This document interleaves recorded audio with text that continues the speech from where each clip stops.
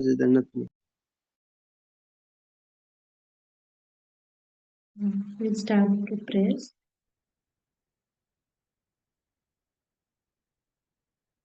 ॐ अज्ञानतिमिरान्धस्य ज्ञानाञ्जनाशलाकया चक्षुरुन्मिलितं येन तस्मै श्रीगुरवे नमः।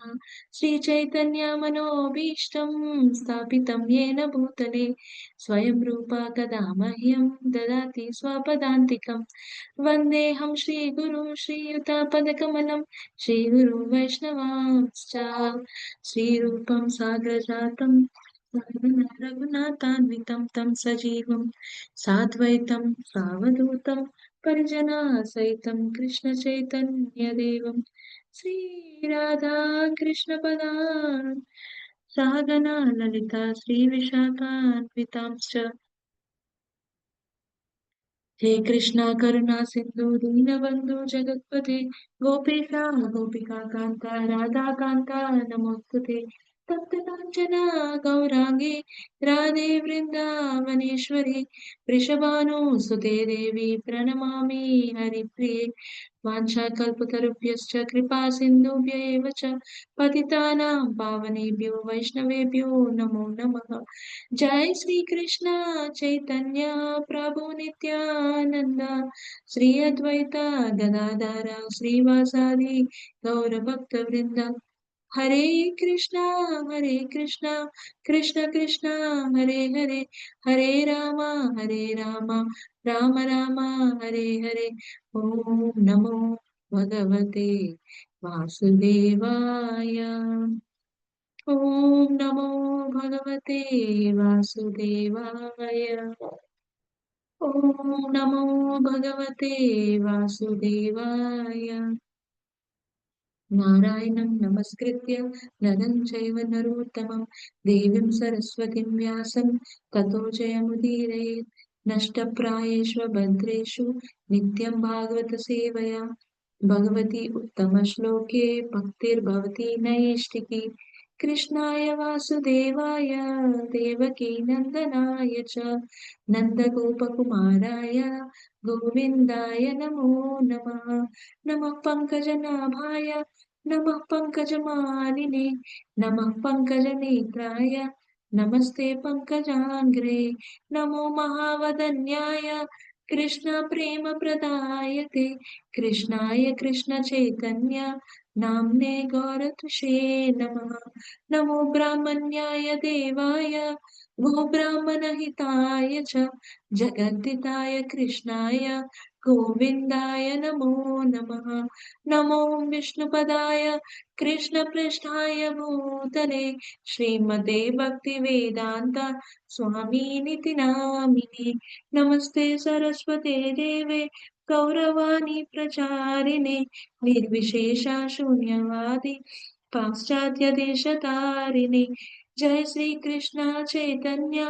प्रभु नित्यानंद श्री अद्वैत गदाधर श्रीवासादि गौरभक्तवृंद हरे कृष्णा कृष्णा कृष्णा हरे हरे हरे राम राम राम हरे हरे हरे कृष्णा कृष्णा कृष्णा हरे हरे हरे राम राम राम हरे हरे हरे कृष्णा कृष्ण कृष्ण हरे हरे हरे राम राम राम हरे हरे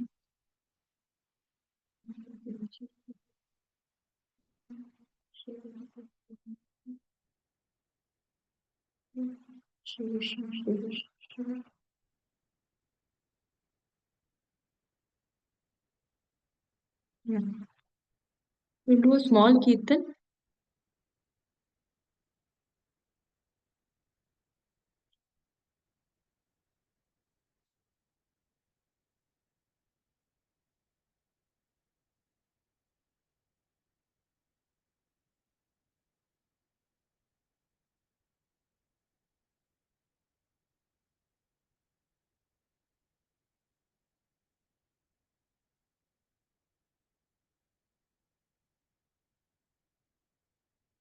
जय राधा माधव कुंज विहारी गोपीजन वल्लभ गिरिवरधारी जय राधा माधव कुंज विहारी गोपीजन वल्लभ गिरिवरधारी यशोदनन्दन व्रजजन रञ्जन यशोदनन्दन व्रजजन रञ्जन यमुनातिरवनचारी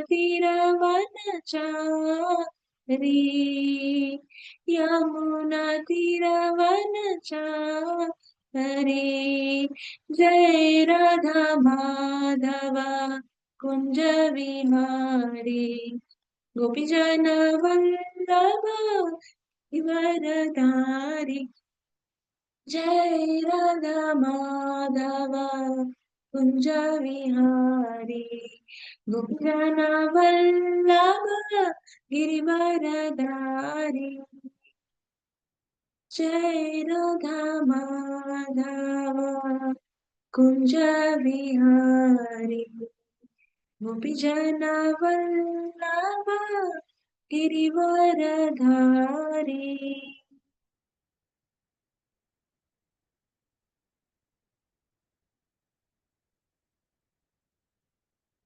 Okay. So today we will be yeah, we will be discussing from Srimad Bhagavatam, 8th canto, 16th chapter. Till the last session, I think 15th chapter was covered. And today's discussion is on the 16th chapter, some of the verses of the 16th chapter, starting verses. So, in the 15th chapter, what we saw was that um, Bali Maharaj was actually defeated and killed by the demigods. Then his guru Shukracharya revives him, and then uh, he does austerities, he does yajna to actually get lot of weapons for the fighting with the demigods. And the descendants of Brigu, they become happy with him, and they give him lot of weapons and lot of other powers to actually defeat the demigods. Looking at this power that was acquired by Bali Maharaj, the demigods then approach their guru. They go and ask Brihaspati how to actually face such an adversary, such an enemy who is such unformidable force he has become, to how to face Bali Maharaj. And then Brihaspati says, see, it's not possible to face Bali Maharaj in this scenario. What you could do is you can leave heaven and you can go. And so the demigods, listening to their advice of their guru, they actually leave the heaven and they go. So when they leave heaven and go, the mother of the demigods, right? Aditi, when the children are in trouble or they are not doing like they have to do, they are not progressing as expected, or they are not doing right things, or they are in some kind of difficulties, it is but natural for the parents to worry. And for a mother, it is a lot of concern and worry. So, in this particular chapter, we see Aditi, how Mother Aditi is like very, very unhappy. She's sad because her sons had to leave heaven, and the demons occupied the heaven. So she's seen very sad, and her husband Prajapati Kashyapa, he arrives, and he was in meditation. He was in meditation for many, many years. And then he returns home. He returns to Aditi's ashrama, and he sees Aditi is very, very sad. So in this particular chapter, so we will see this conversation between Aditi and Kashyapa, Prajapati Kashyapa, and how Prajapati Kashyapa actually advises Aditi on what should be done in this scenario. She is extremely perturbed by the fact with what has happened to her sons. So what should be done? How Prajapati Kashyapa instructs Aditi. So there, it is a very simple section where we'll see these very simple interactions, but there is a lot to understand or learn from this part of Srimad Bhagavatam, right? So yeah, so we'll start with the first verse. Canto 8:16, chapter first verse. Sri Sukovacha evam putreshu nashteshu deva mataditi krite trivistape daitya paryatapyat anatavat. Okay, so yeah, I'm trying to read these verses. Please forgive me if I'm not able to read them properly. Okay. Does someone want to read the translation?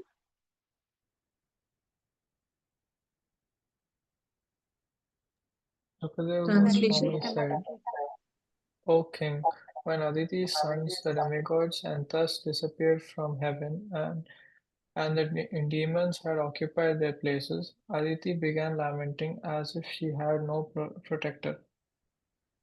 So this is exactly the description of how Aditi was feeling. So she was feeling sad. She was lamenting. She was very upset actually, and she started feeling that there's no one to protect her because what happened? Her sons are no longer there in the heaven. They've all left heaven. Okay, yeah. Verse 2. एकदा कश्यपस्तस्य आश्रमं भगवानागत् निरुत्सवं निरानन्दं समाधिर्विरतश्चिरात्. Yeah. Hare Krishna. Can someone read the translation? I'll read Mataji. Hare Krishna. Hare Krishna. After many, many days, the great powerful sages Kashyapa Muni arose from a trance of meditation and returned home to see the ashrama of Aditi neither jubilant nor festive. Hare Krishna. Hare Krishna. So, this is Kashyap Muni arriving, Prajapati Kashyap Muni arriving to the ashrama. And what does he see in the ashrama? Like, so when it's a common experience, right? When Prabhujis come home, they try to see, when they enter home, they try to see how are things at home? Is it like everyone is happy, jubilant? Is everyone, in a very nice, frame of mind? Or is someone upset? Is someone like, too disturbed, too lost? So similarly, the moment Prajapati Kashyapa arrives, he's actually seeing these signs where, everything is how it should be like, how should the home be very jubilant, very festive, full of happiness, cheers, laughters, and all. But Prajapati Kashyapa is seeing something very different. Right. So what is the next thing anyone would do? So the Prabhuji, what would any Prabhuji do when the home is like that? They would start inquiring why it is like that. So we'll see Prajapati Kashyapa doing the same. Sapatnim Dinavadanam Kritasana Parigraha Sabhajito Yatanyayam Idam Aha Kuru Udvaha. Yeah. Translation. Can someone read the translation? Hare Krishna. Hare Krishna Mataji, I will read. Please, O Mataji. best of the Kurus, when Kashyapa Muni had been properly received and welcomed, he took his seat and then spoke as follows to his wife Aditi, who was very oh, who was very morose. Hare Krishna. Hare Krishna. So we see then Kashyapa Muni, when he comes, he was offered, in spite of whatever the situations are at home, when Prabhujis come, when we have to actually take care of them, receive them like that. Similarly, the same thing we can see in Srimad Bhagavatam. Kashyap Muni is actually Aditi is very morose. She's very um, sad for her sons, but even then, she received her husband. She welcomed him. She received him properly. And when after Kashyap Muni took seat, he started asking, he started inquiring about why Mother Aditi is very morose. Okay, verse 4. Abhyavadram na vipranam badre loka adu nagatam na dharmasya na lokasya mrityos chandan anuvartina. Okay. Can somebody read the translation purpose? Hare Hare Krishna. Krishna Mataji. Translation of Srila Prabhupada translation.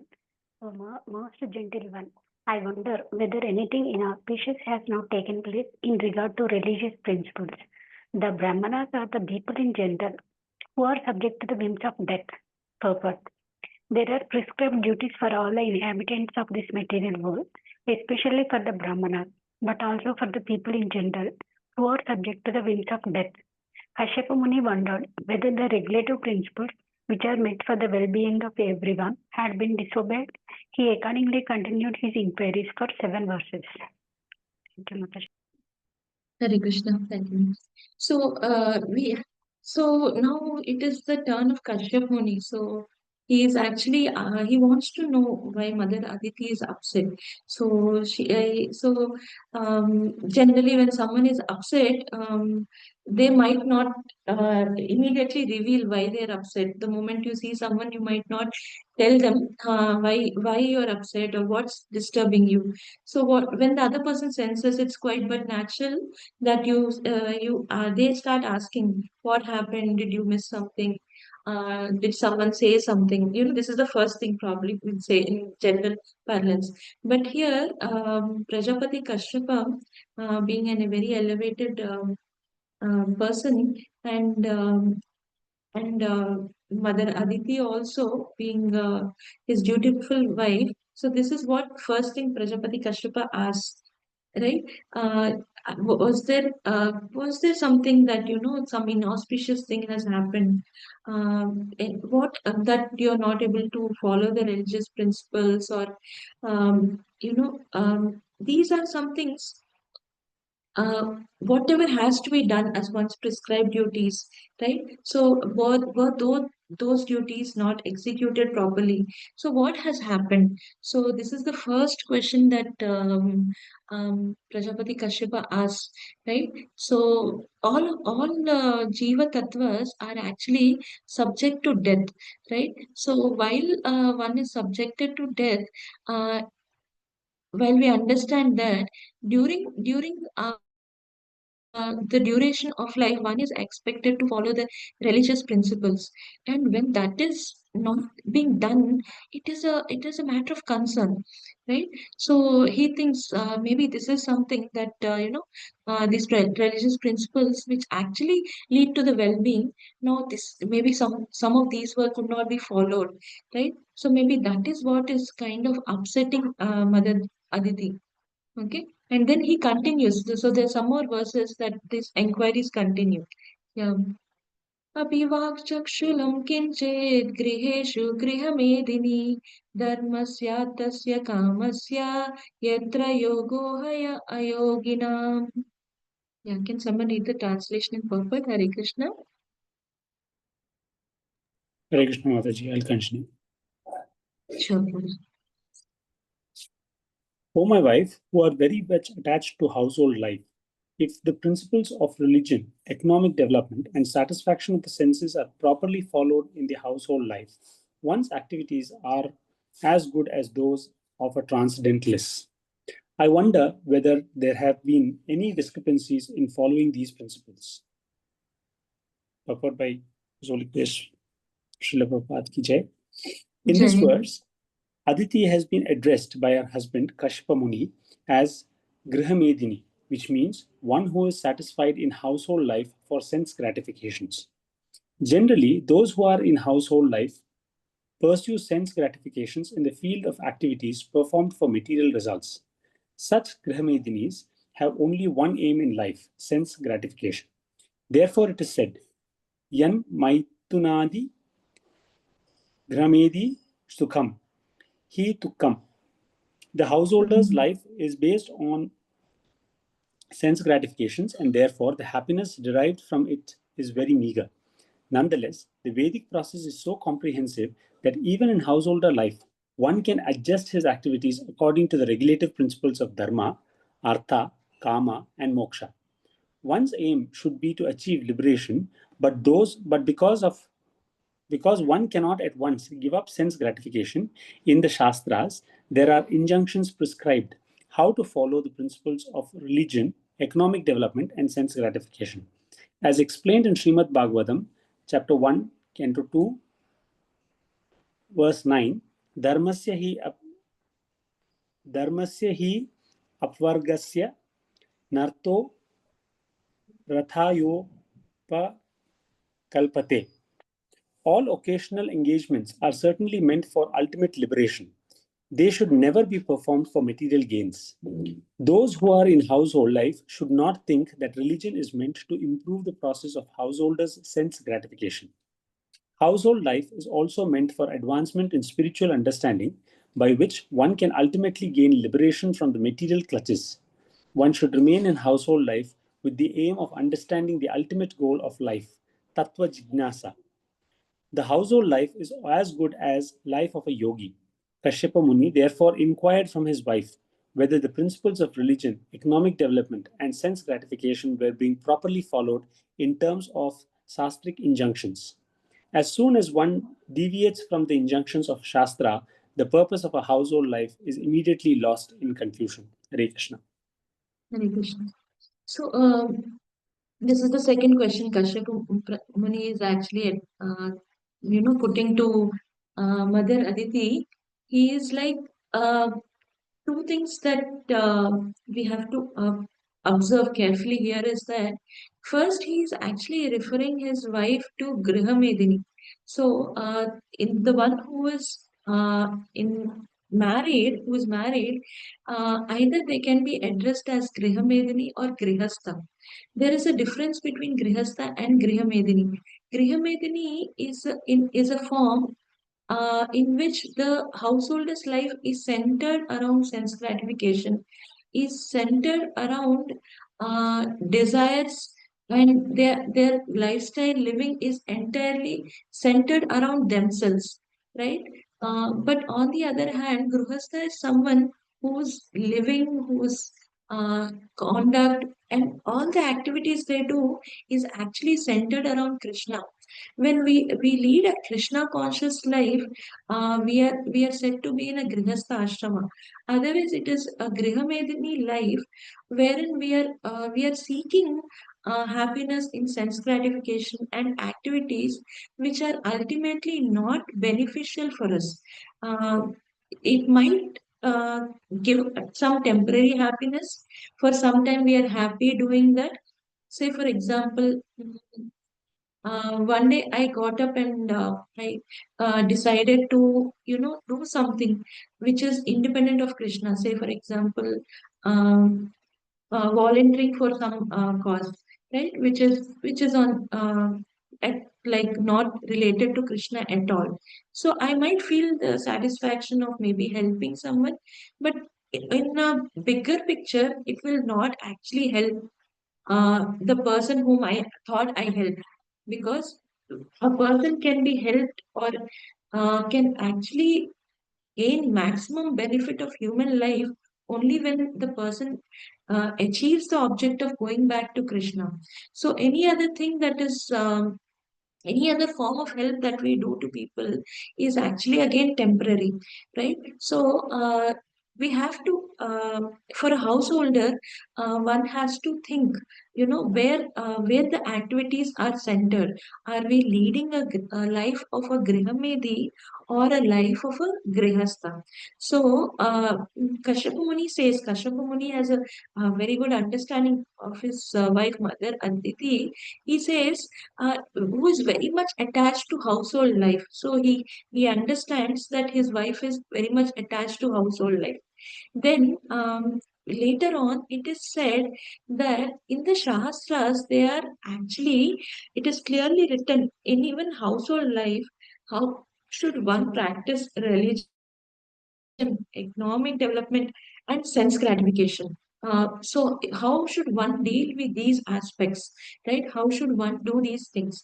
When one follows the Shastras, even from the state of being a Grihamedi or being maybe leading a self-centered lifestyle, one can actually elevate oneself to the state of being a Grihastha, and such a person actually is no less than a transcendentalist or a yogi, right? Because for someone to be in Grihastha ashrama, follow the Shastras, it is actually a very nice way of realizing God, right? So that is, it is very much possible to realize by following the injunctions of the Shastras. But if one is not following the injunctions of Shastras and misled, and they get carried away by sense gratification, then that is something of concern. So that is why Kashyap Muni is asking, is this a cause for Mother Aditi actually be sad? Because this has to be followed. We have to follow Shastras in matters of religion, economic development, and sense gratification. We have to follow what is being told in Shastras, and we have to follow what is whatever knowledge we receive in the parampara. We have to keep that as our guiding compass. So we have to, lot of times we are faced in um, confusion. We are facing confusion. We are feeling indecisive. We are not able to decide, should I do this, should I do that? Okay, should I be attending satsang, or should I be attending the birthday party of my cousin's daughter, let's say, for example. So these are some questions. Of course, our family is very important, association is important. So these are some things that, for as practicing devotees, as sadhaka bhaktas, our situations and the kind of circumstances we face, there is kind of a conflict. You have to choose between this and this. So when we make these decisions, if we are guided by the words of Shastra, by the words of Guru, by the words of Sadhu, it is actually very easy to make the decisions, right? Otherwise, it requires a lot of strength to say no to something of lower priority and choose something of higher priority. Both are priorities. Undoubtedly, both are important, but we have to prioritize on what is more important, and to take that decision, and to have that willpower to stick to that decision, and to feel, to stay to the course, requires actually this following of Shastras and following of the words of Guru Sadhu. Okay, all right. We move on to verse 6. Okay. Abhivati Abhivatityayo abhiyatya kutumba sattaya tvaya grihada pujitayata pratyuttanena vakvachit. Yeah. Can someone read the translation and purport? Yes, Krishna? Mataji, I will read. Hare Krishna. Hare Krishna. Translation and purport by His Holy Grace, Srila Prabhupada ki Jai. I wonder whether, because of being too attached to the members of your family, you fail to properly receive uninvited guests, who therefore were not welcomed and went away. Purport. It is the duty of a householder to receive guests, even if a guest be an enemy. When a guest comes to one's home, one should properly receive him by standing up and offering him a seat. It is enjoined Grihis Satram api prapatam visvastam akubhyam. If even an enemy comes to one's home, one should receive him in such a way that the guest will forget that his host is an enemy. According to one's position, one should properly receive anyone who comes to one's home. At least a seat and a glass of water should be offered so that the guest will not be displeased. Kashyapa Muni inquired from Aditi whether disrespect had been shown to such guests or Atithis. The word Atithi referred to one who comes without an invitation. Mm. See, this section of Srimad Bhagavatam, Parampuji Radhanath Maharaj says, is a section where we can understand about hospitality. It is actually uh, Srimad Bhagavatam is a scripture where the scriptures themselves, like Srimad Bhagavatam and Bhagavad Gita, they actually tell us how to lead our life. And so many things that we need not actually experience before, some things we experience, we learn, and then we kind of change and we kind of bring it to action. But Srimad Bhagavatam and the scriptures, they have so much of knowledge, so much uh, guidance and direction on various aspects.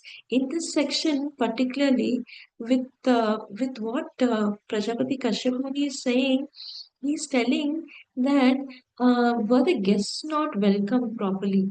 And this is the beauty of our Sanatan Dharma, that guest Aditi itself, the Sanskrit word Aditi itself means someone who was not invited, right? So someone was not invited, and when they come, even if they're enemy, we have to treat them really, really well.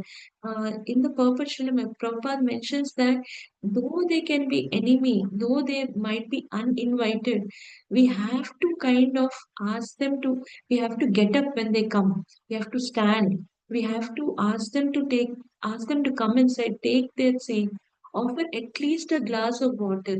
So this is the minimum hospitality that is expected from each of us. And lot of homes we see that this is not followed because we have not read Srimad Bhagavatam, because we are not hearing from Srimad Bhagavatam, we are not even understanding the basics of how we should welcome when someone comes home. So that is the power of Srimad Bhagavatam. Tomorrow being Bhadra Purnima, I humbly request all the devotees in this call, please, if you don't have Srimad Bhagavatam at home, please bring Srimad Bhagavatam home. So where can you find such details, such things that which will help us tremendously in our day-to-day life, except in Srimad Bhagavatam. And Srimad Bhagavatam is Swayam Krishna who will come in his literary form. So will come. If Srimad Bhagavatam comes to your home, the Lord Swayam is coming to your home. So please take this opportunity to welcome Srimad Bhagavatam and inspire those people whom you can influence, whom you can inspire to actually bring Srimad Bhagavatam.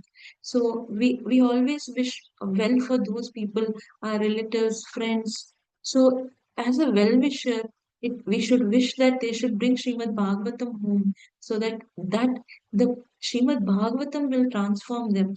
Srimad Bhagavatam will protect them. And where Srimad Bhagavatam is there, all the Mukoti Devatas are there. Everyone is there. So where Krishna is there, everything is there because he is the source of everything. So I take this opportunity to request all of you to please welcome, inspire, donate Srimad Bhagavatam. So it's such a simple thing is mentioned here as to how to receive guests. And Interestingly, Prajapati Kashyapa is telling that if you have not welcomed guests like this is something for someone to be unhappy about, right? So if you have not welcomed your guest like this, then it's something to be sad. And this could be also, he thinks this could also be one of the reasons why Mother Aditi is unhappy. And he also says that is it because you have been too attached to your family, or you have put a wrong priority or something like that, that you are not able to receive the guests as they should be received, right? So that is the inquiries that Prajapati Kashyapa is doing. Okay. And yeah, and the other thing that I wanted to mention, particularly when I was reading this verse, when we don't follow this at home, we don't also set an example to our children. When we don't set an example to our children, they will also likely not follow this as they grow up. When they grow up, they get married, they have their own householder lives, their homes far away. They will also likely not follow this. So, but this is what Srimad Bhagavatam is saying that one should do when guests come. And this is something all of us should do as a practicing devotee, as a belonging to Sanatana Dharma. This is how we should treat our guests. So when we do it at home, we make the conscious efforts. We inspire our children by our example, by our achar, right? So it is very important for us to make those conscious efforts if we are not making in this direction. Okay, we move on to verse 7.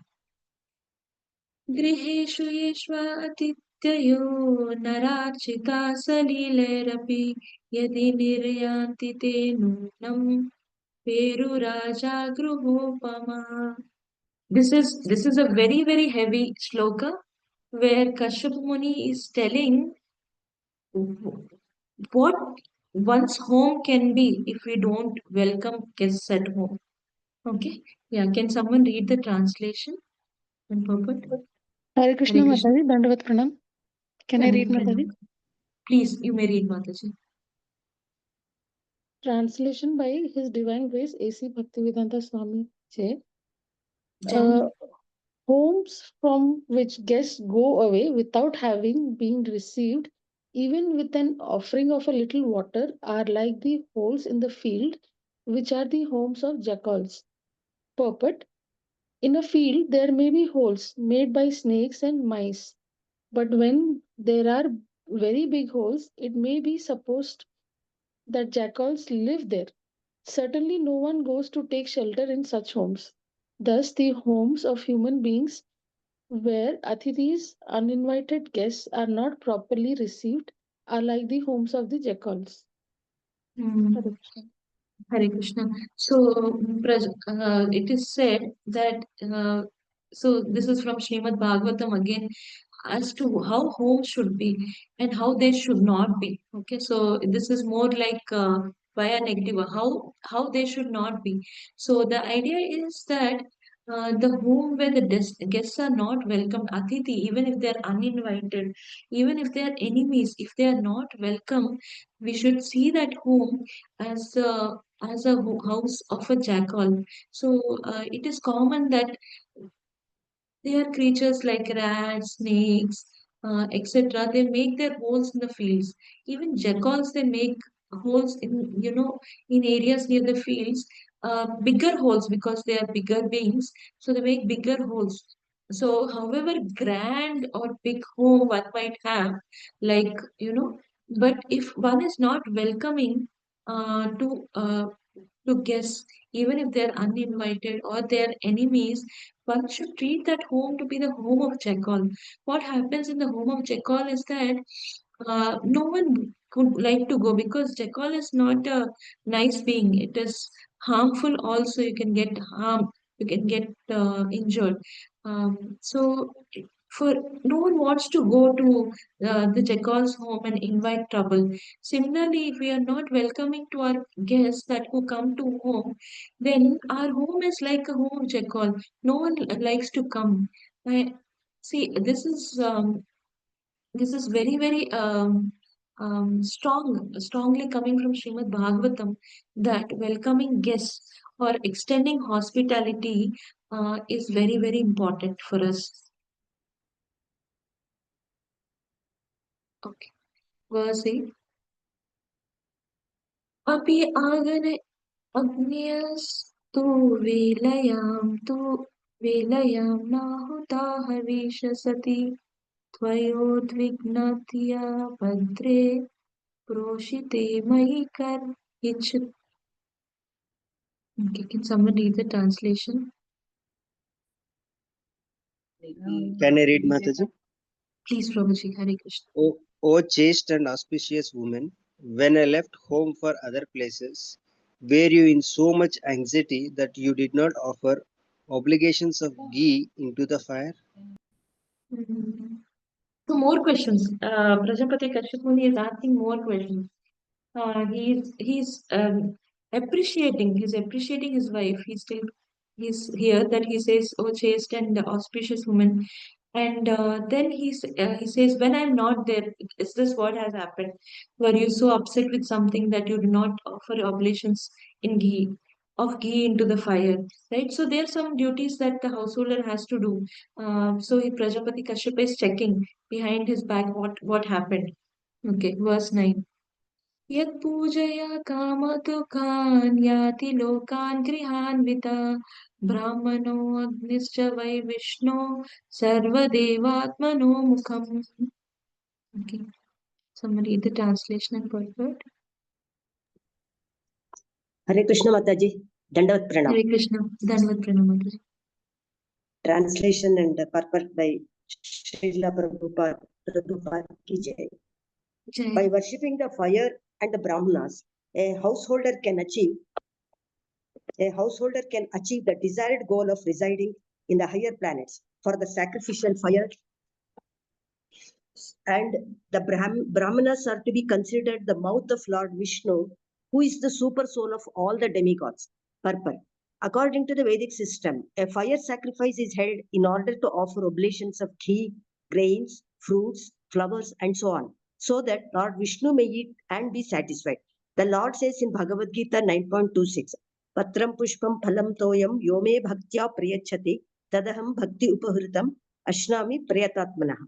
If one offers me with love and devotion a leaf, a flower, fruit, or water, I will accept it.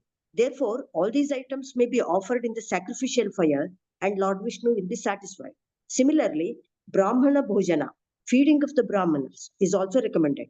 For when the Brahmanas eat sumptuous remnants of food after yajna, this is another way that Lord Vishnu himself eats. Therefore, the Vedic principles recommend that in every festival or ceremony, one offer oblations to the fire and give sumptuous food for the Brahmanas to eat. By such activities, a householder may be elevated to the heavenly planets and similar places in the higher planetary system. Hare Krishna Mataji. Hare Krishna. So, in the earlier verse, Kashyap Muni is asking, did you not offer oblations of ghee in the fire? And then now in this verse, it is explained why we should offer oblations in the fire. Because that is an offering to the Supreme Lord. Because the fire and Brahmanas are considered to be the mouth of Lord Vishnu. Right? So, if we are not offering ghee, or if one Kashyap Muni asks that, did you not offer, ghee and oblations, because that goes to the Supreme Lord, and the Supreme Lord should eat or accept it and get satisfied, right? So that if is that happening or not is something he was concerned. Kashyap Muni was concerned, and then it is said how one should actually um, uh, offer prasadam to brahmanas, right? Because when the brahmanas eat, the Lord himself eats the prasadam, right? It is very important after a sacrifice, after puja, that the brahmanas are treated to a sumptuous prasadam, and that is how the Lord is satisfied. But this is in context to brahmanas. So these days we have to understand who is a brahmana, the person who can be called as a brahmana. So, for a deserving Brahmana, if we offer prasadam, it is actually satisfying the Supreme Lord Himself. Okay. Next verse. अपि सर्वे कुशलिनी तव पुत्रा मनस्विनी लक्ष्ये अस्वस्थम् आत्मना भवत्या लक्षणैरहम्. Okay, can someone read the translation? Hare Krishna. Hare Krishna Mataji. Translation by His Holy Name, Srila Prabhupada ki Jai. O great-minded lady, are all your sons faring well? Seeing your withered face, I can perceive that your mind is not tranquil. How is this so? Hmm. So finally, he's not getting responses to any of those questions that he has asked. So Kashyap Muni understood Mother Diti. Aditi is not upset for those reasons somewhere, but so he's thinking to ask more questions. So the question now he raises is related to her sons, right? And he makes an attempt to say that he's able to perceive that she's disturbed and what is causing that. Okay, so now Mother Aditi is speaking. Sri Aditiruvacha Badram Dvijagavam Brahman Dharmasya Yasya Janasya Cha Vivargasya Param Kshetram Grihamedin Griha Ime. Yes, can somebody read the translation in purport? Hare Hare Krishna. Krishna Mataji. Yeah, please read one. Translation by His Divine Grace, A.C. Bhaktivedanta Swami Ki Jai. Jai. Aditi said, O respected Brahmana husband, all is well with the Brahmanas, the cows, religion, and the welfare of other people. O master of the house, the three principles of Dharma, Artha, and Kama flourish in the household life, which is consequently full of good fortune. Purport. In household life, one can develop the three principles of religion, economic development, and sense gratification according to the regulations given in the Shastras. But to attain liberation, one must give up household life and place himself in the transcendental renounced order. Kashyapa Muni was not in the renounced order of life. Therefore, he is addressed here once as Brahman and another time as a Grihamedhin. Aditi, his wife, assured him that as far as his household life was concerned, everything was going nicely, and the Brahmanas and cows were being honored and protected. In other words, there were no disturbances, household life was duly progressing. Hare Krishna. Hare Krishna. So Mother Aditi is now assuring Kashyap Muni, she's saying, yeah, we are following all the principles of Dharma, Artha, Kama, and as a result, as a householder, we are actually progressing. We are experiencing fortune, and even the Brahmanas, cow, and people are being treated properly. Everything is good with them. So this is in response to the earlier questions that we see Mother Aditi saying, yeah, this all is good. Okay. Agneya अग्नयो अतिथ्यो भृत्या भिक्षवो ये चलिपस्वः सर्वं भगवतो ब्रह्मन् अनुद्यानान्नरिष्यति. Yeah, can someone read the translation? Hare Krishna Mataji. Hare Go ahead. Krishna. Translation by His Prabhu. Holy Grace, Bhaktivedanta Swami Prabhupada Ki Jai. Then, O beloved husband, the fires, guests, servants, and beggars are all being properly cared for by me. Because I always think of you, there is no possibility that any of the religious principles will be neglected. Hare Krishna. Hare Krishna. So again, Mother Aditi is assuring, she's assuring Kashyap Muni that everything in your absence, I have taken care of all these, fires, guests, servants, beggars, all these have also been taken care of. And because I am under your guidance and I always think of what you have told me, right? And whatever has to be followed, uh, I am actually following all of them, right? So there is because of that reason I'm able to follow the religious principle and I'm able to stick to it, right? So here we can see Mother Aditi, she is actually following and she is following the instructions of her husband. This is actually a very good quality for a wife to actually follow the instructions of her husband, right? So this is a lot of times in this world around us, we attach a lot of importance to independence. We attach a lot of um, you know um, um, lot of importance to decide for oneself, right? But that is actually very wrong thing to do. Always, for a wife, the wife should actually follow the footsteps of her husband, right? I remember the time I took my Harinam Diksha. uh, my spiritual master specifically had told me, you will continue to follow the footsteps of your husband, right? So that is one of the things that he told me as an instruction. And it actually, sometimes whenever it gets difficult, sometimes to follow instructions, because instructions are there to help us progress. And they are actually, it's like swimming against the tide, right? Even when one is trying to swim against the tide, the instructions of the spiritual master actually give a lot of strength. And those instructions actually help me. So for a wife, it is always good to actually follow the footsteps of her husband. We see from the fine example of Mother Aditi, she is actually telling, whatever Kashyap Muni has instructed her to follow, she says, I'm thinking of you, and I follow all these things. I'm doing all that is needed, right? And then a lot of times, Mataji's wives, they feel very somewhat, discriminated when we hear and when we say that Mataji's wife should follow the husband. Yes, there is. In every, so a lot of advertisements and everywhere where they promote the product, they, in a small fine print, they say terms and conditions apply. Yes, here also there are terms and conditions where it applies. Matajis or wives are supposed to follow husband when husband is following the spiritual master, when husband is following the spiritual mentor.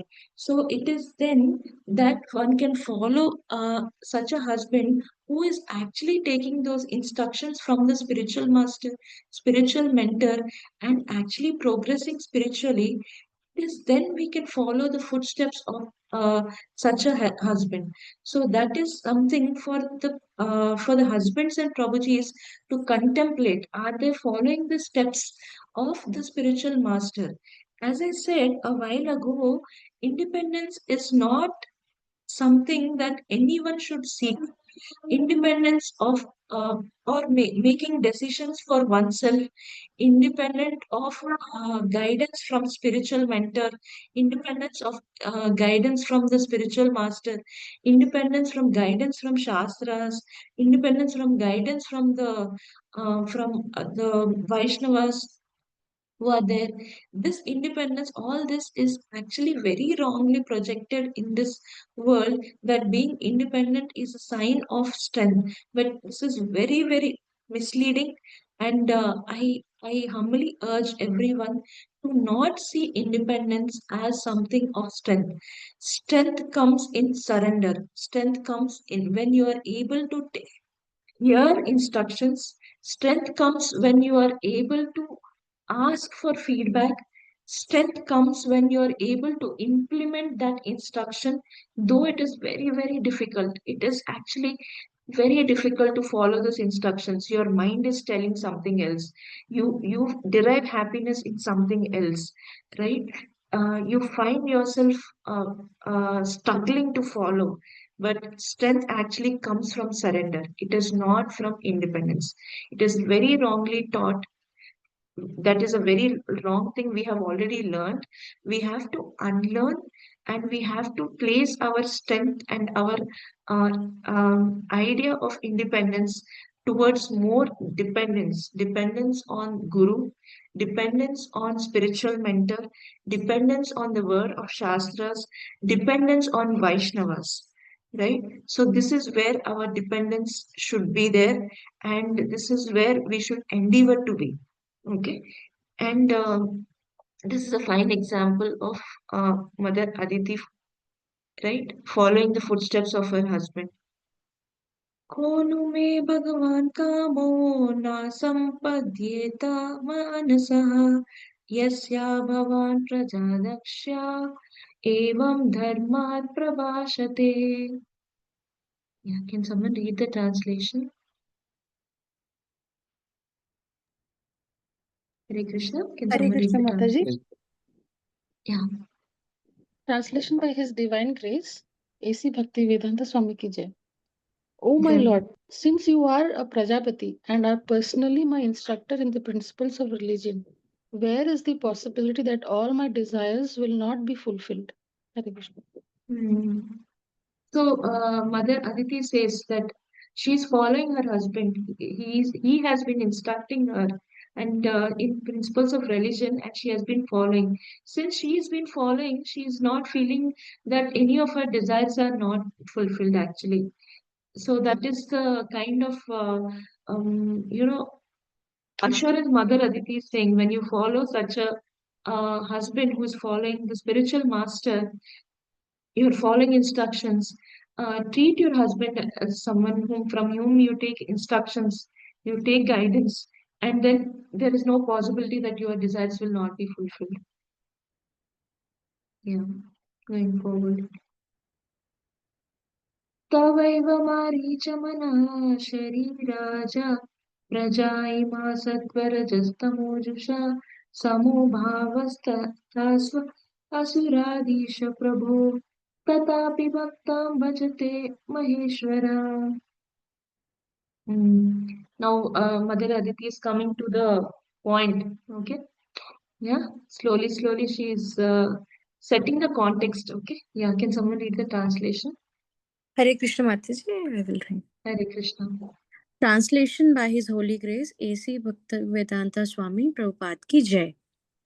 O son of Marisi, because you are a great personality, you are equal toward all the demons and demigods who are born either from your body or from your mind, and who possess one or another of the three qualities Sattva-guna, Rajoguna, or Tamoguna.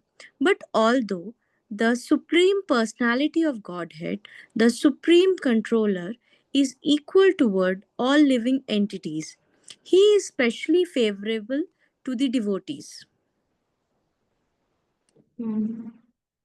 Purport. Samoham sarva bhuteshu name devashu sti na priya ye bhajanti tu mam bhakteya maite teshu chapi aham. Although the Supreme Personality of Godhead is equal toward everyone, he is specially inclined toward those who engage in his devotional service. The Lord says, Kaunteya pratijanti, name bhakta pranastayati. My dear son of Kunti, please declare that my devotee will never be vanquished. Elsewhere, Krishna also says, Ye yatamam prapadayante tam tataiva bhajme aham mama वर्तमनुवर्तन्ते मनुष्य प्रताः सर्वे सः.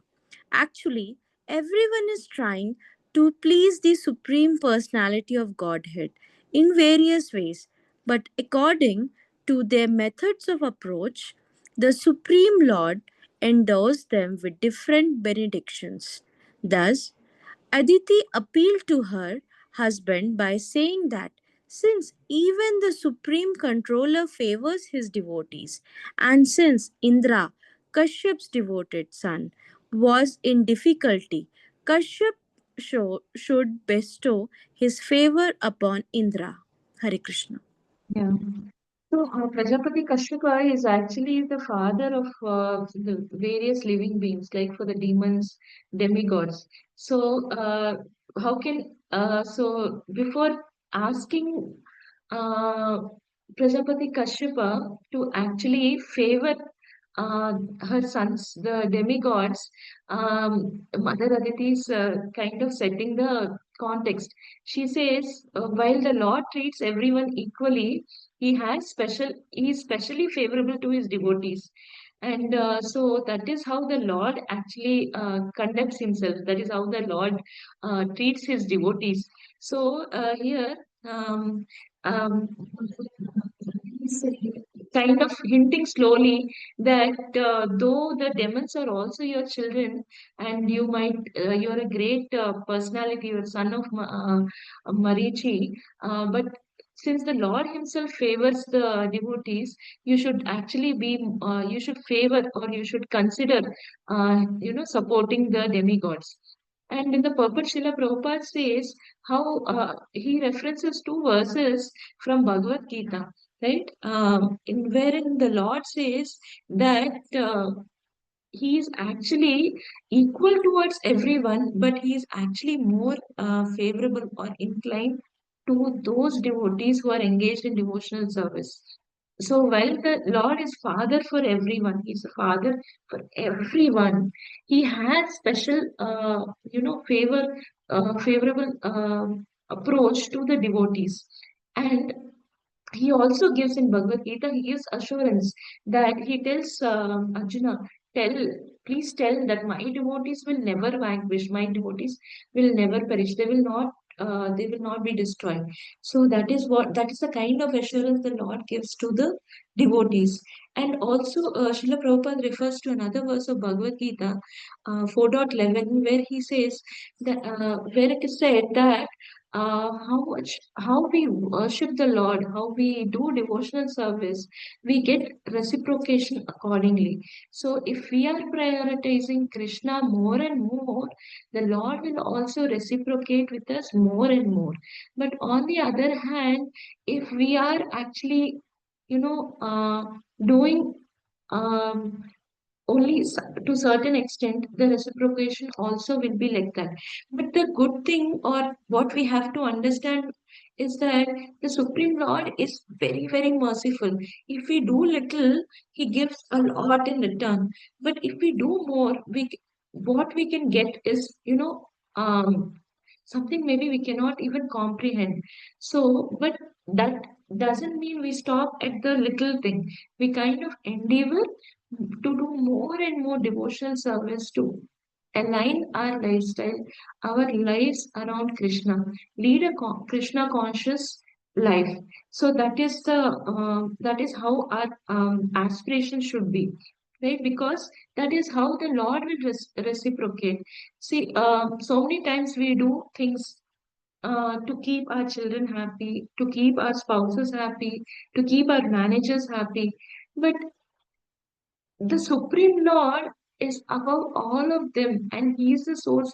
He gives us everything. So, what are we doing to keep Him happy? Right? Isn't this a worthy contemplation to think, what are we doing to keep the Lord happy? Okay, how do I keep the Lord happy? Am I doing my prescribed rounds of japa? Am I taking the holy names? Am I reading about the Supreme Lord? Am I hearing about the Supreme Lord? Am I praying to the Supreme Lord? Am I constantly remembering Him? Am I taking the association of devotees? Taking association of devotees is not attending satsangs as a party or a gathering. Taking association of devotees is serving the devotees. Taking association of devotees is serving devotees. So, uh, once once once I had asked my spiritual master a question as to how I should be doing something. I exactly don't remember how should I be doing something on sadhana. I was asking him, and then Maharaj said you should take association of devotees. Then, okay, I was thinking, okay, I should go and meet them. I should attend satsangs and all. Before Maharaj finished his response, he said, taking association of devotees is not attending satsangs like gatherings, parties. You like gossip. You just keep laughing. You kind of just engage in some conversations, any conversations. It need not be centered around Krishna, just engage in conversations.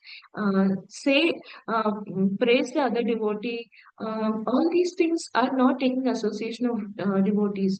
you take association of devotees when you serve them. That is what Maharaj said. That actually struck me a lot because until that point, I was attending satsangs, I was coming and I was just sitting. And if someone asked, I used to do some service. Otherwise, I was like, okay, I don't know. I don't know to do anything properly. Why should I kind of get involved in the service and then I don't do service properly, and then someone will say that you didn't do this service properly. And my head, I had these kind of lots of inhibitions. But when Maharaj said that, I understood. Unless we do service, there is no other, way in which we could take the association of devotees, right? So then are we not expected to cheerfully talk with devotees? Because a while ago I said we are just only making conversations. Yes, we are supposed we have to have that loving bonds between devotees. But when our conversations are happening, we should understand what is the why are we doing those conversations, and where are those conversations leading to? Are we inspiring each other to do bhakti? Are we diverting a practicing devotee in by talking all materialistic things, mundane things?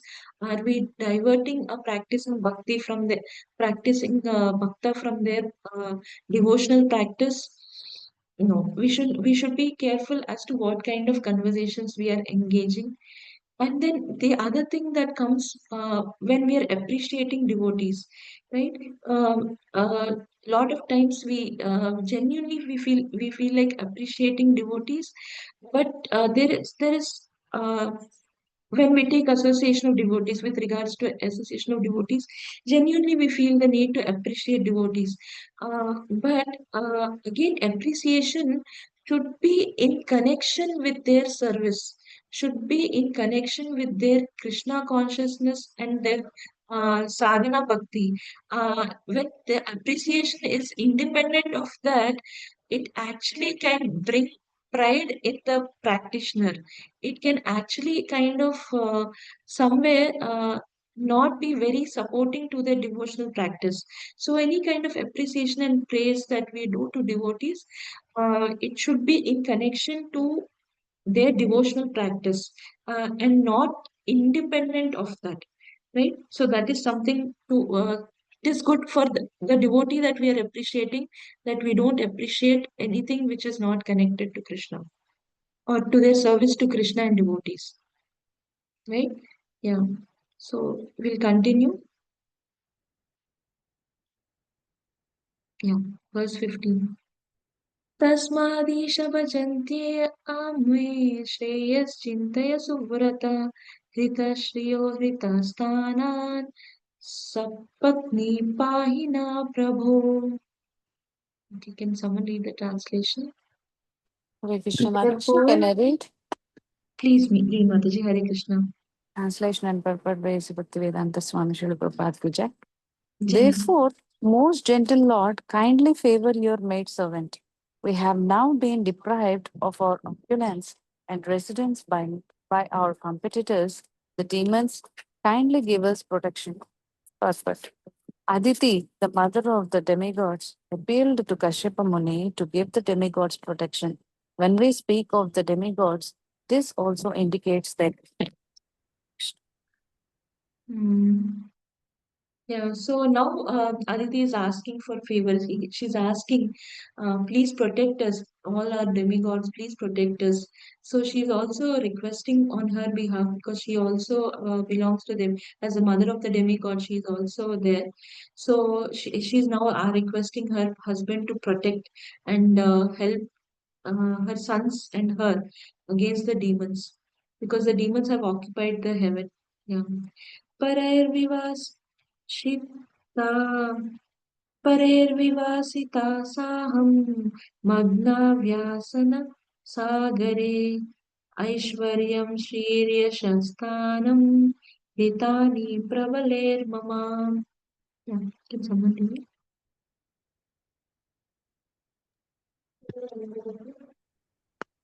Hare Krishna Mataji. Hare Krishna. The demons are formidably powerful enemies, have taken away our opulence, our beauty, our fame, and even our residence. Indeed, we have now been exiled and we are drowning in an ocean of trouble. Finally, Mother Aditi is revealing what happened, what is causing her to be unhappy, why there is no mood, festive and jubilant kind of atmosphere in the ashrama.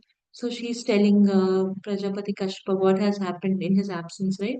So they have what the demons have done. They have taken away everything, and the demigods had to leave heaven, and now it's like out of trouble. They are in a great deal of trouble. Okay. Yeah. यथा तानि पुनः साधो प्रपद्येरन्ममात्मजा तथा विदेहि कल्याणं धिया कल्याणकृतमा. Yeah, can somebody read the translation? Hare Krishna Hare Mataji. Krishna. Hare Krishna. Translation by His Divine Grace Sri Bhaktivedanta Swami Srila Prabhupada ki jai. O best of sages, best of all those who grant auspicious benedictions, please consider our situation and bestow upon my sons the benediction by which they can regain what they have lost. Hare Krishna. Hare Krishna. So Mother Aditi is telling, she's asking for benediction for her son so that they get back what they have lost. And this is a fair ask for any mother, right? So she is asking on her behalf of her sons, please help my sons, right? So she's asking, and she knows her husband is very much. She's now seeking protection from her husband, and she's asking benedictions for her sons. Visukovacha evam abhyatito aditya kastaमाह स्वयं इवा अहो माया balam Vishnu sneha baddham idam jagat. Just see how what Prajapati Kashyapa is thinking. Yeah. Okay. Yeah. Please, can someone read the translation proper? Yeah. Sukadeva Goswami continued. When Kashyapa Muni was thus requested by Aditi, he slightly smiled. Alas, he said, how powerful is the illusionary energy of Lord Vishnu, by which the entire world is bound by affection for children. Purport. Kashyapa Muni was surely sympathetic to his wife, uh, affections, yet he was surprised at how the whole world is influenced by affection. Mhm. So hearing to this, Kashyap Muni, Prajapati Kashyap is thinking that okay, this comes from a place, this sadness or the moroseness that Mother Aditi was displaying is coming from a place where she is actually affected because of her affection towards her children, right? So the Lord's material energy, illusory energy is so powerful that it kind of binds us in such a way that we have a lot of affection for our children. And maybe there's no harm in having affection, but again, where is it centered? Is it centered around self, and is it centered around the children, or is it centered around Krishna?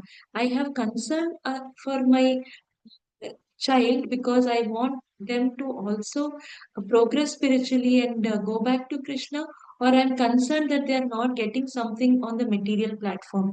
Where is the concern coming from, right? So that is the influence of the material energy that even the mother of demigods, Mother Aditi, is actually is not able to escape from the clutches of the illusory energy of the Lord. So that is the power of the illusory energy of the Lord. Even the mother of the demigods, right, cannot escape the clutches. Uh, we are on the earthly planet. All these people, Mother Aditi and all, they are actually at higher realms, at higher planets and heavenly planets. For them also, the clutches of Maya are so strong, right? So this is the what Kashyap Muni says, right? But at the same time, it doesn't mean that he is indifferent to her suffering, right? He feels he is experiencing He has empathy. He has, for his wife, Mother Aditi, but he is how strong is the material energy. क्व देहो भौतिको अनात्मा क्व चात्मा प्रकृते पर कस्य के पति पुत्राद्य मोह एव हि कारणम्. Further, very similar to what is told, right? Yeah, can someone read the translation in purport? Hare Krishna Mataji. Hare Krishna. We continue to read translation by His Holy Grace Srila Prabhupada ki jai. His Divine Grace, Srila Prabhupada ki jai. Sorry, Mataji, His Divine Grace Srila Prabhupada ki jai. Kashyapa Muni continued, what is the material body made of 5 elements? It is different from the spirit, soul. Indeed, spirit, soul is completely different from the material elements from which the body is made. But because of bodily attachments, one is regarded as a husband or son. These illusionary relationships are caused by misunderstandings. Purport by His Divine Grace Srila Prabhupada ki jai. The spirit soul, Atma or Jiva, is certainly different from the body, which is a combination of 5 material elements. This is a simple fact, but it is not understood unless one is spiritually educated. Kashyapa Muni met his wife Aditi in the heavenly planets, but the same misconception extends throughout the entire universe and is also here on earth. There are different grades of living entities, but all of them are more or less under the impression of bodily conception of life. In other words, all living entities in this material world are more or less devoid of spiritual education. The Vedic civilizations, however, is based on spiritual education, and spiritual education is the special basis of which Bhagavad Gita has spoken to Arjuna. In the beginning of Bhagavad Gita, Krishna instructed Arjuna to understand the spirit soul is different from the body. Dehinosmin yata dehe kaumaram yauvanam jara tata dehantara praptir dhiras tatrana muhyati. As the embodied soul continuously passes in this body from boyhood to youth to old age, the soul similarly passes into another body at death. The self-realized soul is not bewildered by such a change. Bhagavad Gita, chapter 2, shloka 13. Unfortunately, this spiritual education is completely absent from modern human civilizations. No one understands his real self-interest, which lies with the spirit soul, not with the material body. Education means spiritual education, to work hard in the bodily conception of life. Without spiritual education is to live like an animal. Nayam deho deha bhajam nirloke kashtam kamam arhate vidhi bujam ye. Bhagavad Gita, chapter 5, shloka 5. Bhagavatam, Sorry, 5th canto. Bhagavatam, Canto 5, chapter 5, shloka 1. People are working so hard simply for bodily comforts without education regarding the spirit soul. Thus, they are living in a very risky civilization, for it is a fact that the spirit soul has to transmigrate from one body to another. Tata dehantara prapte. Without spiritual education, people are kept in dark ignorance and do not know what will happen to them after the annihilation of the present body.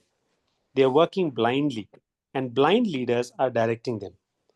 Andha yathandayar padyamanas te pisa tantryam urudamni badha. Bhagavatam, Canto 7, chapter 5, shloka 31. A foolish person does not know that he is completely under the bondage of material nature, and that after death, material nature will impose upon him a certain type of body, which he will have to accept.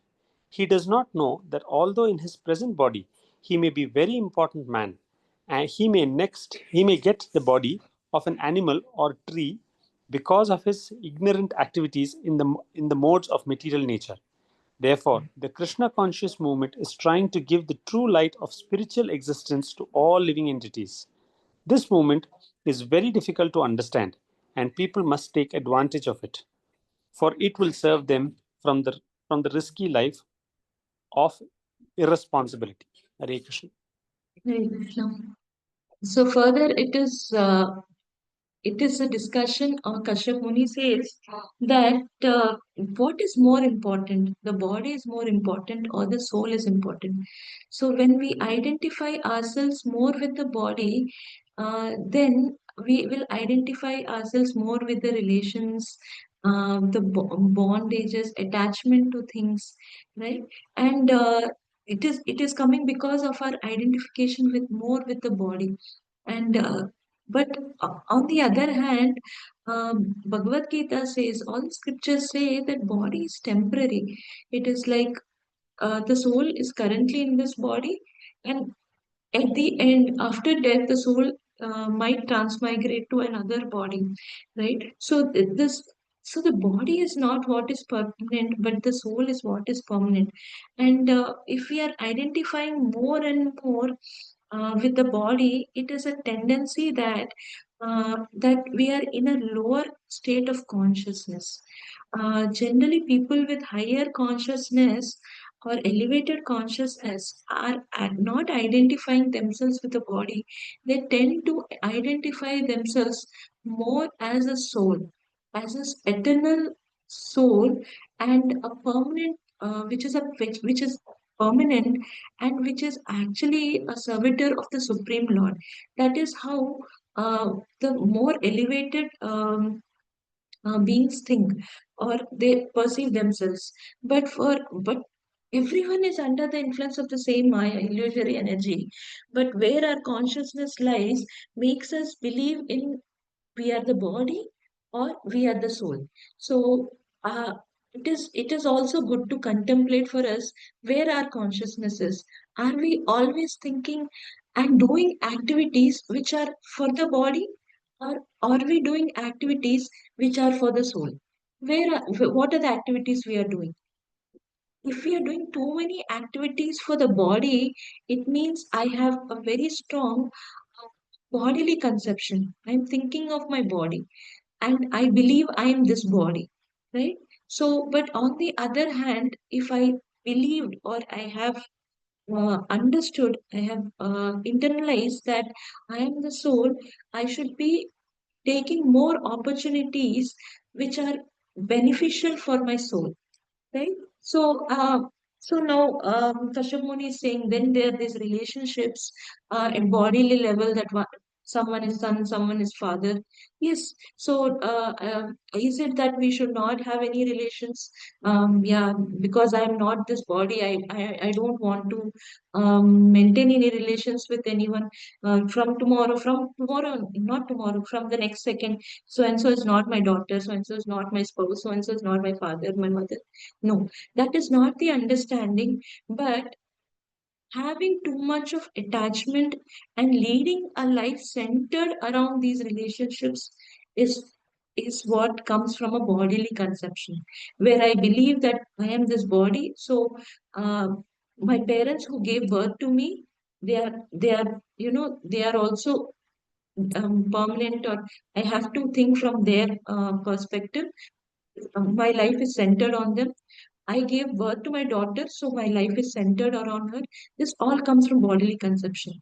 But if we see all of them as children of Krishna, all of them as parts and parcels of the Lord, and if we are able to execute our dharma, our responsibility towards them, we will only get perturbed when they are not able to progress spiritually. Our the disturbances or the unhappiness that is caused when they are not uh, faring well on the material platform, or they are doing something which is which in the bigger scheme of things is not permanent, we will not be affected. And the consciousness here matters, how we treat our relationships. The consciousness here matters very much, wherein we are treating them as part and parcels of Krishna. So, and that when we treat our relationships like that, our friends like that, everyone whom we meet like that, we are actually seeing Krishna everywhere. And that is actually that is actually a wonderful thing to do, to acknowledge that Krishna is everywhere and have a constant remembrance of Krishna. So that is how we have to kind of perceive our relationships. It is not to give up relationships saying that these are only temporary, these are only with this body. No.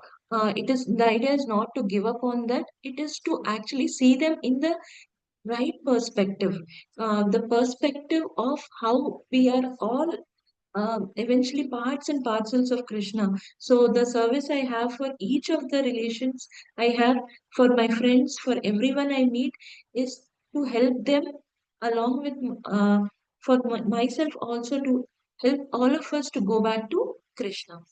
Okay, and so Srila Prabhupada is referencing how the body is very temporary and it changes, right? So sometimes we have these goals, like I for a long time, some someone someone in my family, they kept telling me, you could have applied for the civil services exam, you could have cleared, and it would be really great. While I never contemplated on it seriously, but at one point I felt, are they saying, was it something I should have tried? But one day when I was hearing to a lecture, I, I heard that we are as a soul eternal. We have lived millions of lives and we may live another a million, depending on how seriously we take our Krishna conscious journey. So, and that period for which I would have become an IAS officer is maybe not even a fraction of second, or maybe much, much lesser than that. It is so very small in the scale of things. And for that, I the effort that I would have put, or the seriousness I people put into it, is actually unimaginable, right? People committing suicides, taking extreme steps when they don't clear competitive exams. Isn't it really worth all that? Probably we should ask these questions. What is that matters? Having ambition as a service, having a goal as a service to the Lord, to actually be able to do Krishna Bhakti, to be inspiration to others as Krishna Bhakti, is okay. But independent of that, just these ambitions and goals are actually not really worthwhile in the bigger scheme of things. That is something we have to understand, because uh, the moment one gives up the body, what happens to that? What happens to that achievement? What happens to the positions? Does it even guarantee that one gets a human life in the next birth? It doesn't. It can be any other birth, right? It can be in a form of an animal, tree, any birth, depending on one's consciousness. And as one leaves the body, it can be any birth. So it's even not guaranteeing a human birth. And this is what we are endeavoring. This is where our thinking goes. This is where all our efforts are going. Behind the temporary, there isn't something very strong to contemplate, where our efforts are going. Like, is and similarly for others, if we are endeavoring for others to actually become a very successful engineer, doctor, but where is it going? Is it helping them to become a better devotee while doing their jobs and duties, or is it kind of taking them away from Krishna by being too involved in that? This is something we have to contemplate. Okay. And this in Krishna consciousness movement, the guidance that Srila Prabhupada has given all of us through his books, his lectures, through his disciples, countless, uh, you know, um, uh, countless mercy. It is actually unlimited mercy that he has showered on us. It is very much possible to realize all these things and focus where it is needed. It is very much possible, and that is it is then easy for someone to take up to the practice in the association of devotees and achieve what is the goal of the human life, right? उपतिष्ठस्व पुरुषां भगवन्तं जनार्दनं सर्वभूतगुहावासं वासुदेवं जगद्गुरुम्. So finally, the most learned Prajapati Kashyapa is telling Mother Aditi, he understood where from her concern, sadness is coming is not actually something that should be. In spite of that, Prajapati Kashyapa is telling here. You see what Prajapati Kashyapa is advising. Can someone read the Can I read, translation? Mataji? Yeah, please. Translation by His Divine Grace Srila Prabhupada Ki Jai. Jai. My dear Aditi, engage in devotional service to the Supreme Personality of Godhead, who is the master of everything, who can subdue everyone's enemies, and who sits within everyone's heart. Only that Supreme Person, Krishna or Vasudeva, can bestow all auspicious benedictions upon everyone, for he is the spiritual master of the universe. Mataji, can I read purport also? Miss Prabhuji, please. Yeah. Purport by His Divine Grace, Srila Prabhupada Ki Jai. Jai. With these words, Kashyapa Muni tried to pacify his wife. Aditi made her appeal to her material husband. Of course, that is nice, but actually, material relative cannot do anything good for anyone. If anything good can be done, it is done by Supreme Personality of Godhead, Vasudeva. Therefore, Kashyapa Muni advised his wife Aditi to begin worshipping Lord Vasudeva, who is situated in everyone's heart. He is the friend of everyone and he is known as Janardhana because he can kill all enemies. There are three modes of material nature: goodness, passion, and ignorance. And above material nature, transcendental to material nature, is another existence which is called Shuddha Sattva. In the material world, the mode of goodness is considered the best. But because of material contamination, even the mode of goodness is sometimes overpowered by the modes of passion and ignorance. But one but when one transcends the competition between these modes and engages himself in devotional service, he rises above the three modes of material nature. In that transcendental position, one is situated in pure consciousness. Sattvam Vishuddham Vasudeva Sabditam. Bhagavatam 4.3.23. Above material nature is the position called Vasudeva or freedom from material contamination. Only in that position can one perceive the Supreme Personality of Godhead Vasudeva. Thus, the Vasudeva condition fulfills a spiritual necessity. Vasudeva Sarvam Iti Samahatma Sudurlabha. When one realizes Vasudeva, the Supreme Personality of Godhead, he becomes most exalted. Paramatma, that's Vasudeva, is situated in everyone's heart as confirmed in Bhagavad Gita. The Lord says, Tesham Satata Yuktanam Bhajatam Priti Purvakam Dadami Buddhi Yogam Tam Yenamam Upayantite. To those who are constantly devoted and who worship me with love, I give the understanding by which they can come to me. Bhagavad Gita 10.10. Ishvara Sarva Bhutanam Hrudeshu Arjuna Tisthati. The Supreme Lord is situated in everyone's heart, O Arjuna. Bhagavad Gita 18.61. Bhoktaram Yagnatapasam Sarvaloka Maheshwaram Suhridam Sarva Bhutanam Gnatva Mam Shanti Mricchati. The sage who knows me as the ultimate purpose of all sacrifices and austerities, the supreme lord of all planets and demigods, and the benefactor and well wisher of all living entities, attains peace from the pangs of material miseries. Bhagavad Gita 5.29. Whenever one is perplexed, let him take shelter of the lotus feet of Vasudeva, that's Krishna, who will give the devotee intelligence to help him surpass all difficulties and return home back to Godhead. Kashyapa Muni advised his wife to seek shelter at the lotus feet of Vasudeva, Krishna, so that all her problems would be very easily solved. Thus, Kashyapa Muni was an ideal spiritual master. He was not so foolish that he would present himself as an exalted personality as good as God. He was actually a bona fide guru because he advised his wife to seek shelter at the lotus feet of Vasudeva. One who trains his subordinate or disciple to worship Vasudeva is the truly bona fide spiritual master. The word Jagat Guru is very important in this regard. Kashyapa Muni did not falsely declare himself to be Jagat Guru, although he actually was a Jagat Guru because he advocated the cause of Vasudeva. Actually, Vasudeva is Jagat Guru as clearly stated here, Vasudevam Jagadgurum. One who teaches the instruction of Vasudeva, Bhagavad Gita, is as good as Vasudevam Jagadgurum. But when one who does not teach this instruction as it is, declares himself Jagadguru, he simply cheats the public. Krishna is Jagadguru, and one who teaches the instruction of Krishna as it is on behalf of Krishna may be accepted as Jagadguru. One who manufactures his own theories cannot be accepted, he becomes Jagadguru falsely. Thank you very much, Mataji. Thank you, Prabhuji. Yeah. So now what Prajapati Kashyap Muni is doing, he's telling Aditi, Mother Aditi, please engage in devotional service to the Supreme Personality of Godhead.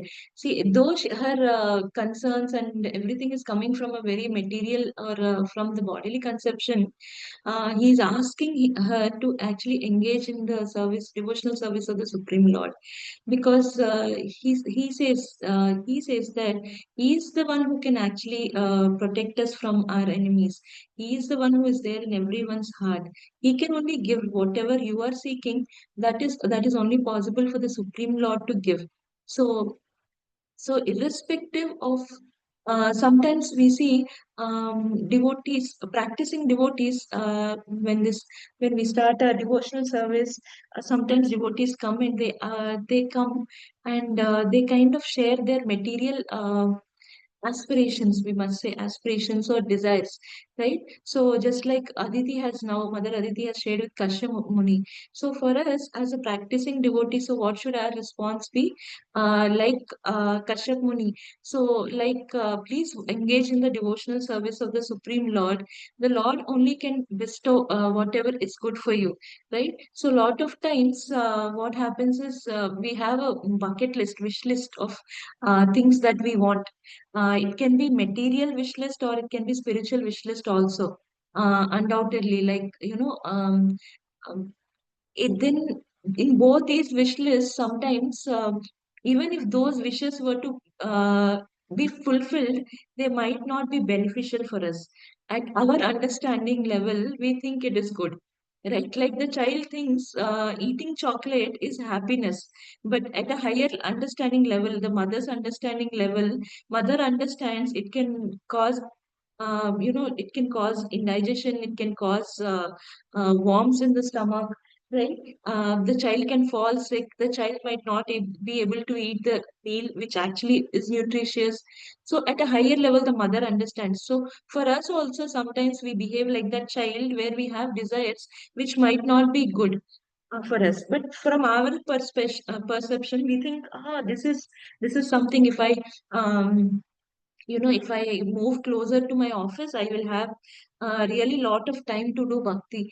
After moving to closer to office, maybe you lose association of devotees, that instead of gaining in bhakti, because you lose association, your bhakti is in more danger than the time you saved in the commutation, right? So it is actually sometimes, even in when we lead our spiritual lives, or we think these desires are centered around spiritual things, it is always good to actually consult senior Vaishnava, spiritual mentor, spiritual master, to actually understand whether such a kind of an aspiration is good for you as a sadhaka. They understand you very well and they will be able to guide you whether it is actually suitable to your circumstance. In general, there will be some blanket kind of instructions from scriptures, but those, are they good for you at the current scenario, in the current scenario? Are they good for your nature? Or definitely they are good for in general, but for you specifically, is it something you should do at this point of time or not? Should be ascertained by in consultation with the spiritual mentor or the spiritual master, right? It should not be again done independently. So even for Mother Aditi, see, this is also, she's very fortunate to have such a glorious husband who actually didn't, because she has come for protection, he did not say, yeah, now I am a Prajapati, I have I have so many children. I am such so powerful. Come, I will come. Let us kind of go to heaven, kill the demons or tackle the demons, and let us kind of resolve this issue and all. He doesn't take that approach. It is Mother Aditi is so fortunate that Kashyap Muni is actually guiding her in the right way, and he really fits into the term. Srila Prabhupada says in the purport that he fits into the term of being a Jagat Guru, because he says Krishna is Jagat Guru, but someone who spreads the word of Krishna, brings people closer to Krishna through is actually a Jagat Guru. Instead of having any other motivations or intentions, what is the intention? Already, Mother Aditi is so much appreciative of Kashyap Muni, and she says, the oh great one of the Marichi dynasty. So she has so much of appreciation for him, right? So it's it is like generally when someone appreciates it, like we kind of seek more appreciation. No, that is not the approach Kashyap Muni takes. He is actually guiding her in the right way. And then also Srila Prabhupada says how we have to rise above the modes. They are modes of goodness, passion, ignorance, but even goodness sometimes cannot be in pure state because it gets contaminated with other modes. So one has to rise above these modes to come to Shuddha Sattva Guna, which is above these three modes, and that is where devotional service or practice should take us to, right? And everyone should actually um, understand that any activity or any kind of inspiration, any kind of guidance should actually lead to Krishna. There should not be another way, right? Uh, and anyone who is taking us to Krishna is actually Guru in the right sense. And anything which is not taking us to Krishna, maybe in the garb of taking us to Krishna, one should be mindful and thoughtful about it. Okay, so we will conclude here. There are some things for us to contemplate on as to when we are like Mother Aditi, if we were to face problems, what is the approach we are taking, right? That is one thing to contemplate. Whom are we taking guidance from? And are we actually following the guidance that we are receiving, the instructions and guidance that we are receiving?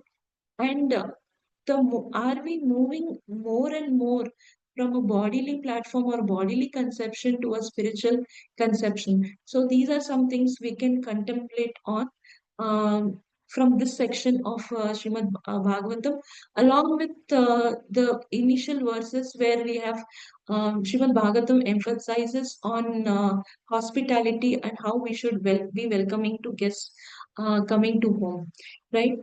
So these are some things we can contemplate on from today's discussion. If you have any questions or discussions, we can probably discuss.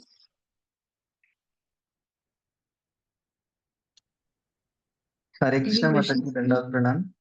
Dhanvat Pranam, Prabhuji. Mataji, here the affection, they are saying that even Lord will have affection towards his, we are all, Lord is like a father, right?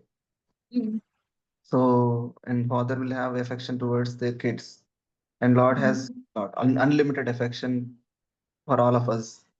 And mm, can we say that the same character also is there? Like Mother Aditi is showing affection towards the kid, mm, Indra and everybody, all the devatas. So, mm, but still we are saying that though this is material world, this should be not be affection. So it's the same mm, character, right? So just I'm trying to understand what's the difference between mm, the affection that we have versus mm, the affection that God has. mm. So this is a very nice question, Prabhuji. That is right. Actually, the affection we are showing is also because because all of the qualities that we see comes from the source of the qualities. The source of everything is Krishna, so it is definitely coming from Krishna. But the affection, uh, the affection should be in the best interest of the person, right? So. if Prashasta comes and says, Amma, I want to watch screen. So out of affection, I might not allow her to watch screen, but because I have her interest in mind. Affection does not necessarily, in the right sense, we can have affection, we can allow the children to do whatever they want, but the right form of affection is doing or supporting them in a way that actually helps them go back to Krishna, because uh, our children are our responsibility from Krishna, and this responsibility can be fulfilled when we kind of uh, see that our affection is rooted in their best interest. Their best interest is being able to do devotional service, and best interest is to prioritize devotional service. So when our affection is in that direction, then we are also actually using that quality in the right sense. Even Krishna, sometimes people get really worried that I went to the temple, I told Krishna that I want this, and I agreed to give him Nariyal, I agreed to do this upas and all these things, but Krishna is not sanctioning. Even Krishna, he has affection, definitely affection for those people who come to his temple. He has affection for everyone and he favors devotees.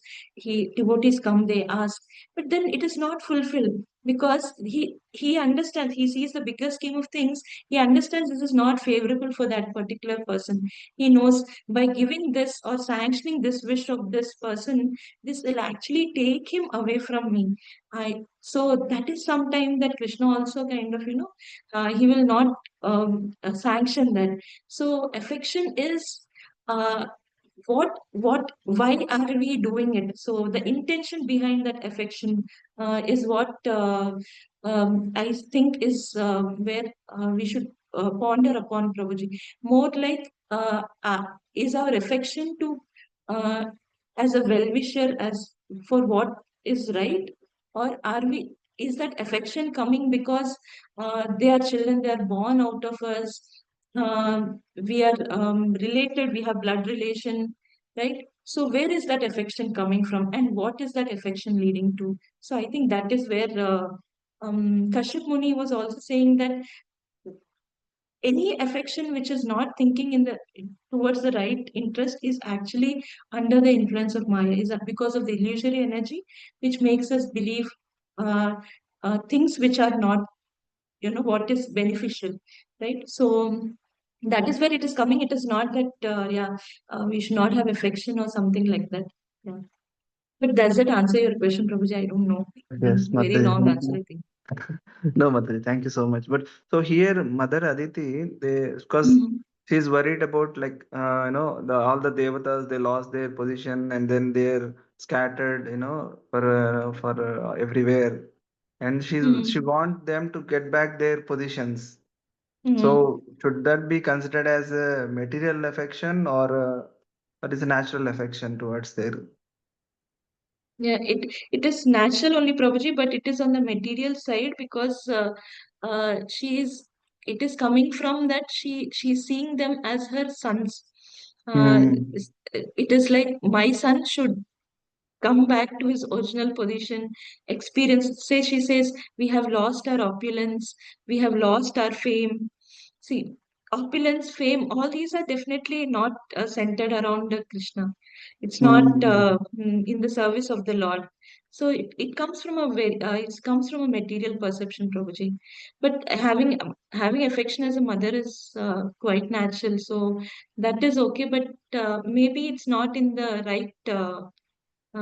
right sense. That is of that's why Kashyap Muni was like, he was like thinking. So how powerful is the illusory energy, and how Aditi is being Mother Aditi is being misled in that direction. Yes, Mataji. Yeah, thank you.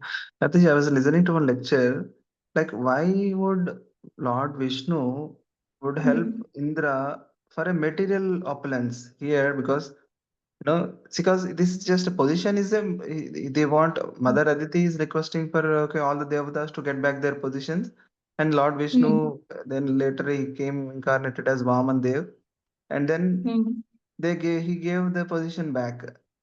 But that is all material, right? So Lord Vishnu is actually helping Indra for material opulence here. So what I heard is like, see, Indra is a position. Indra is it's a position. So, and he has designated Indra for this Manvantara as the head of heavens. So if somebody want to take over his position, and the Lord is actually comes and ensures that okay, he will reinstate him as the, because he has to complete his term as the head of the lords. So what I heard from that provision is that because somebody is trying to overthrow Indra from his position, God is actually coming. And because as per his direction only, Indra was put in there, that Purandara. Indra's name was actually Purandara.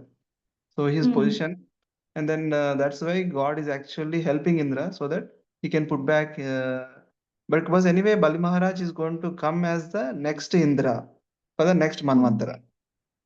So that's what I heard, but I don't know, maybe is that is correct or not. No, this is my understanding also, Prabhuji. Recently, one devotee was asking in our reading class also that this was, we were having discussion about the Samudra Manthan Leela. So devotee was asking that why the Lord helps them get nectar, right? So what it is, how that is beneficial. So these demigods have been given positions by the Lord. So the Lord has empowered them, and he also extends his support whenever they fall in trouble or they are actually being troubled by demons. So if they are in trouble or if they are troubled by demons, then they cannot do those tasks which are entrusted to them. When those tasks are not done, there is no sunlight, there is no right amount of rainfall, there is no like the farmlands don't get rains, there is no crop, there is drought. Then how can the devotees do bhakti? How can they kind of all the sadhus, the devotional people with devotional services and devotional bent of mind, how can they carry out the devotional services? How can they go back to Krishna? How can they glorify the Lord? So all that becomes a problem when these demigods don't do their functions as given by the Lord, because they are troubled by the demons or the demons are not letting them do. So that is why the Lord has to sometimes step in as his Kurma Avtara, Mohini Murti Avtara, right? And here also as Vaman there, because these positions, when only they come back, then only it is possible for the demigods to do their functions. And when they do their functions, then only it is possible for us all to do bhakti. Correct, Mother. Yeah, thank you. Thank you so much, Mother. Hare Krishna, Prabhuji. Hare Krishna. Yeah. Thank you very much, Mataji, for a wonderful session and reminding us through Bhagavatam that the material positions or the material attachment, whatever we are having, are falling short in front of the higher goal. Thank you very much, Mataji. Hare Krishna, Prabhuji. Thank you for your kind words. Yeah, I am more reminding myself, I think. That's what I think. Every sentence I said, I somehow I felt this is more related to me. Yeah, More it is coming to me. Yeah, thank you very much for all the association, Mataji, surrounding having a shield of devotees like Vayan Prabhu, you, and all other devotees in the group. Our spiritual life, at least, is secure to some extent, Mataji. Thank you very much. No, Prabhuji, please don't include me in the list. Of course, His Grace Lilananda Prabhuji is there. He is actually guiding us, and he is actually protecting us from all these things. So definitely, and the other devotees who are there, His Grace Sri Kiraj Prabhuji is also there on the call. All these great Vaishnavas, they are actually protecting. And it is your nice heart that you are able to appreciate devotees and see their role in your devotional journey, Prabhuji. It is more about you to be actually appreciative, because I receive also so much, but I don't appreciate as much. Thank you, Mataji. I agree. Hare Krishna. Thank you. Hare Krishna. Thank you very much, Mataji. Nicely described. Very good. Thank you, Prabhuji. Hare Krishna. Thank you, Mataji. Hare Krishna. Hare Krishna. Thank you, Mataji and Prabhuji. Dandavat pranam. Thank you, Mataji. Hare Krishna. Thank you, Hare Mataji. Krishna. Prabhuji. Dharatnam. Hare Krishna. Thank you, Mataji. Hare Krishna. Thank Hare you. Krishna. Hare Krishna. Hare Krishna. Yeah. Mataji, we can end the call. I think there are no more questions. Sucharita Mataji ki jai. No, Prabhuji, please. Srila Prabhupada ki jai, His Grace Leelananda Prabhuji ki jai. Thank you, Mataji. Thank you so much, Mataji. Hare Krishna. Hare Krishna. Thank you so much, Mataji. Thank you for the opportunity. Silva Mataji. Thank you, Mataji. Wonderful session. Thank you, Mataji. Thank Hare you for the Krishna. opportunity. Shri Prabhupada Hare ki Krishna. Jai Vanchakal Shri. Purupasti Kripa Sindhute Gachapatitanam Bhavani Namo Vishnu Devi Krishna. Om Nandakoti Vaishnava ki jai. Shri Prabhupada ki jai. Yeah. I'll end the session here, Mataji. Yes, Mataji. Thank you.